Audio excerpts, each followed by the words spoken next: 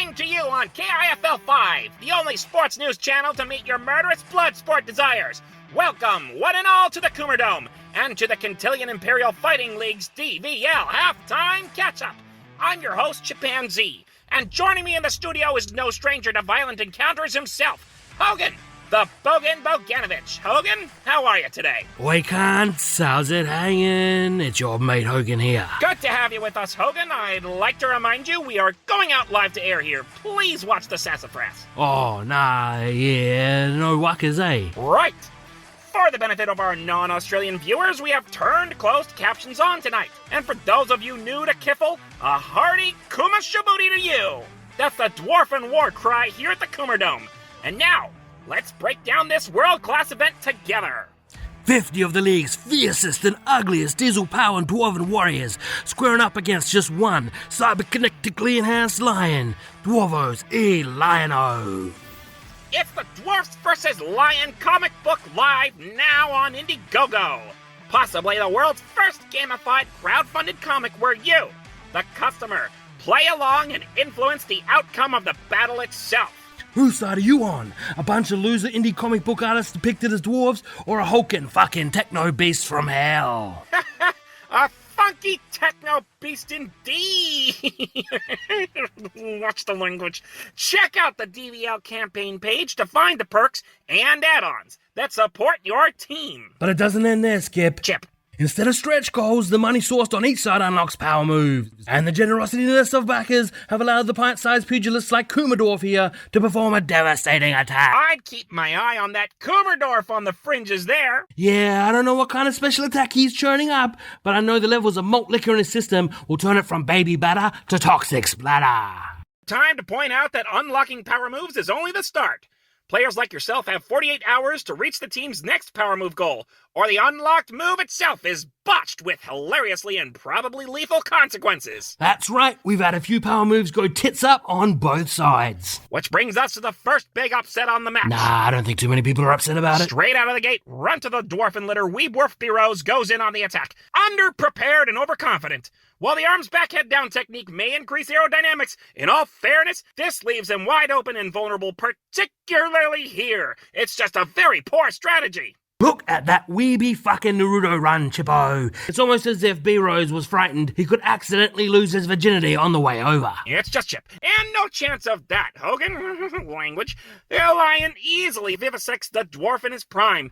Quite a sting in that tail there, wouldn't you say, Hogan? A freshly cut B-Rose by any other name would still smell of utter failure. Shakespeare at its finest, but sadly, he wasn't the only loss the dwarf suffered. Yep, clearly fed up with taking shit from a hairy beast, Mrs. Gooddorf stands up to give that lion a piece of her mind. And unfortunately, he has a few words back at her, and pieces of her mind are now literally decorating the Coomer Dome floor. Funny enough, she wanted to go into interior design.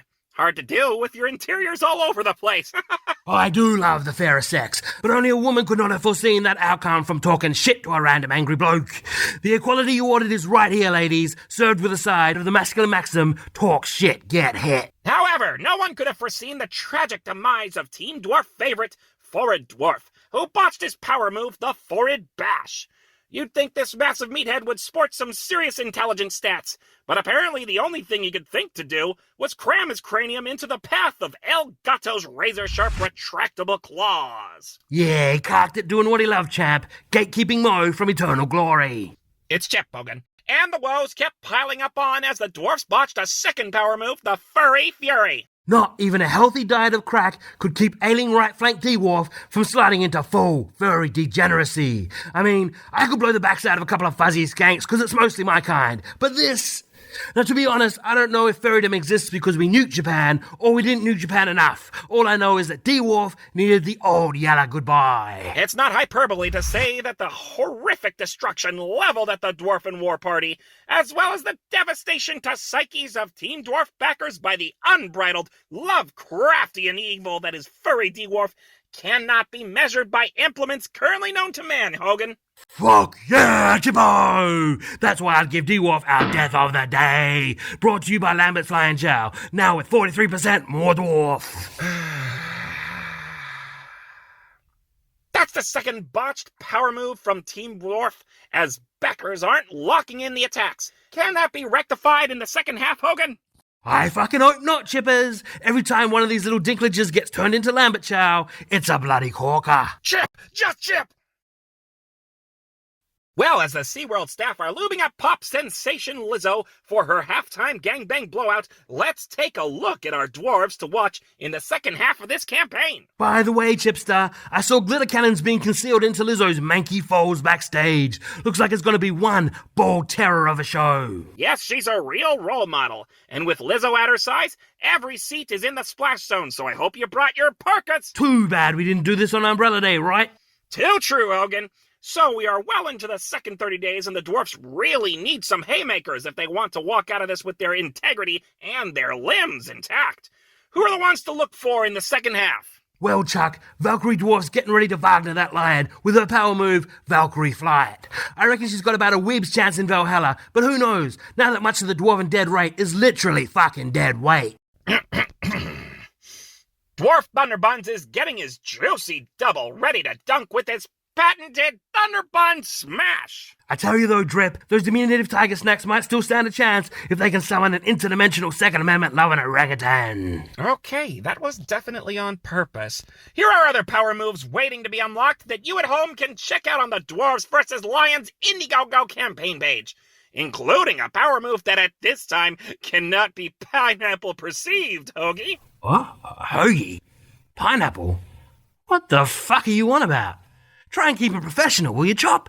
Now, if you ask me, Team Dwarf needs to quit resting on their little laurels. But we both know that won't happen because I reckon Team Dwarf is comprised almost entirely of fat, lazy cunts, content to lick their own tips while Team Lion butt fucks your girlfriend and cream pies your mum. Their girlfriends. I mean, their mums. Okay, Hogan.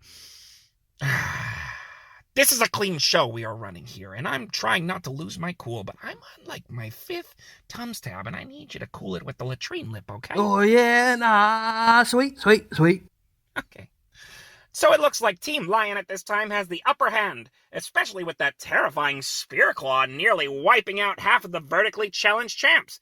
And Modorf's sad farewell to the tail-wagging Dwarf has left Team Dwarf morale in the dumpster. So as usual, the dwarfs need a boost, and like everything in this cold and different world, this campaign needs money to thrive. Yeah, and rather than spending all your 50s on wristies behind Dwarf's now empty dumpster, you maggots can throw some dollars or dollary dues on the Dwarves vs. Lions campaign for a longer lasting thrill. You can pledge your fucking loyalty with a purchase towards a Dwarf or Lion box, each with a differing account of comic book events, as well as a sweet stash of goodies like double peeled stickers, a patch, crackhead dwarf figures and more. Who doesn't love a stuffed box? After all, that's how we all got here. Or you can bat for both teams like a Hollywood leading man and splash your liquid assets on the Crack Pack box set. Get both boxes and play both sides, just like the Swedes before they saw what happened to Japan. Hogan, we'll have to open up a whole new HR division with the complaints we're gonna get. The FCC is breathing down my neck. Please, don't make this another Australia Day. We still haven't found the other half of that call girl. Perth, you gotta do something about this guy. Oi, her name was Mercedes, or something, and she was like that when I got there. It's alright, Chippo. I know, I'm an acquired taste. No, Vegemite is an acquired taste. You're a mouthful of festering, salty, dark foulness. Exactly, Chipster, like Vegemite. Now you got it, Skip, that people love me. Now, all you crypto bros and crypto cunts, you can pick up some sweet dwarf NFTs, which immediately gives you 2 whole points that you can delegate to the team of your choosing.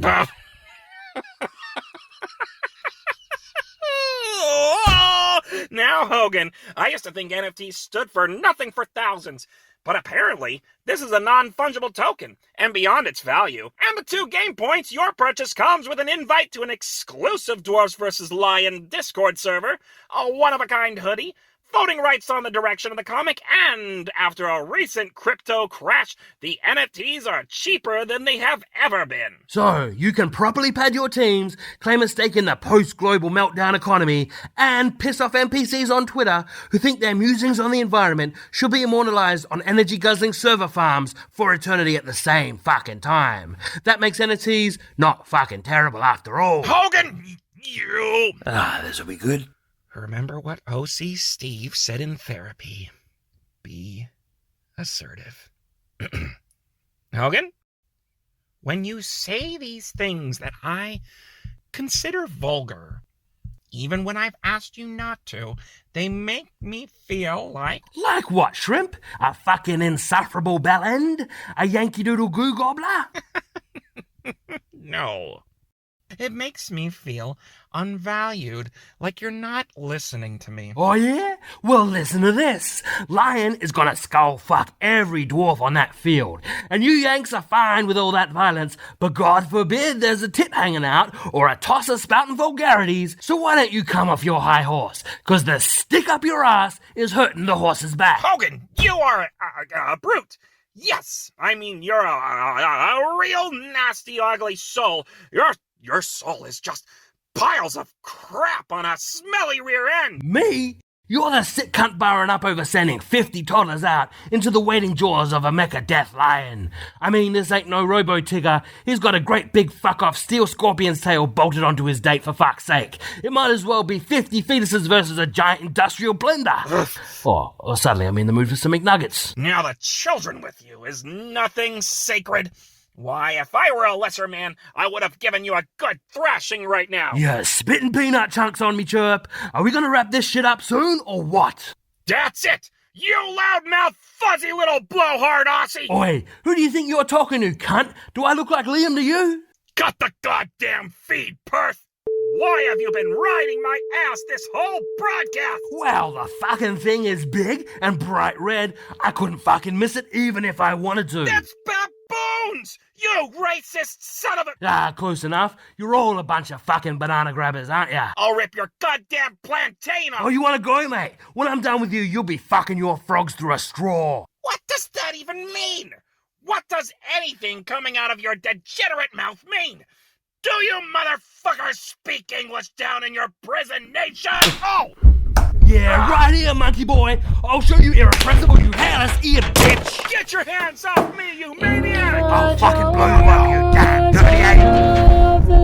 Security! Boy, nah, fuck you. Better bring your boys in now to help you out. Oh yeah, take that, you little bird! Well, fuck. You little furry bastard! Fuck up Japan, nothing to do with anything! You would be speaking Japanese today if you weren't for her! Yeah!